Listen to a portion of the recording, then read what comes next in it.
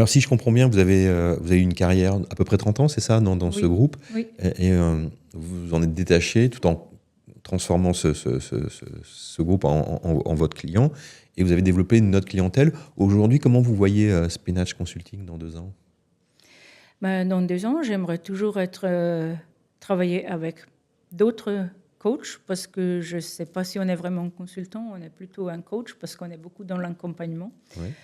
Même si l'accompagnement, ce n'est pas vraiment un terme que j'aime parce que ça peut paraître hautain, hein. On n'est pas là pour donner des conseils et dire comment il faut le faire, c'est pour trouver avec la personne la meilleure solution pour l'entreprise, hein. C'est travailler avec d'autres coachs ensemble aussi. Pour ça, on a aussi formé Loire Conseil avec d'autres qui est basé sur 4 expertises. Donc moi, je suis l'expertise de la supply chain dans Loire Conseil. Et c'est accompagner plein d'entreprises pour rendre la vie facile aux dirigeants. Okay. C'est quoi? C'est une entreprise? C'est un groupe? C'est une association? Loire Conseil, Ouais. c'est une association. On a une expertise de talent, une expertise vente et une expertise satisfaction client. Et une expertise supply chain. Ok, et ça, c'est ces 4 personnes que vous pouvez nommer ou... Oui, Ouais. alors on a Jean-François Marinissen, qui est l'expert talent, Ouais. Nathalie Moisard, qui est mon associée et qui est aussi dans l'expertise satisfaction client, et Alain, qui est sur l'expertise des ventes. D'accord. Ah, ok, donc vous travaillez un petit peu en équipe et l'objectif, ça serait d'avoir plus de clients autour de ces 4 pôles de compétences? Oui, parce qu'à la fin, comme dans la supply chain, tout est lié, aussi dans l'entreprise, tout est lié.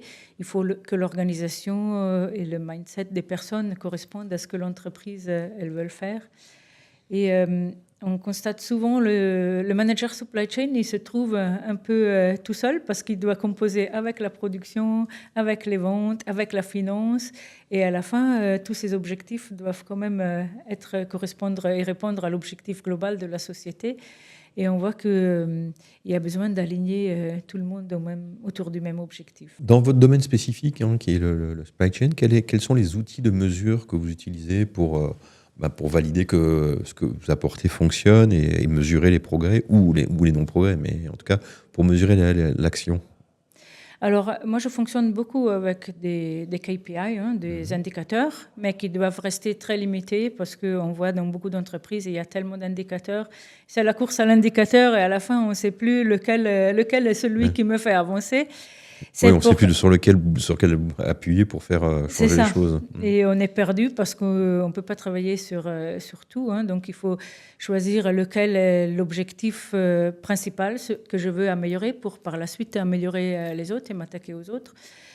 Donc, pour chaque thème, on peut avoir un indicateur principal qu'on suit et à la finalité, c'est le taux de réponse au client, donc le délai de réponse que j'ai pour mon client, qui doit être le plus réactif possible, vu qu'on est dans un monde qui change très souvent, mais par contre pas au détriment de la rentabilité. C'est pour ça que c'est rentabilité, rapidité et satisfaction client, les trois facteurs qui sont la clé.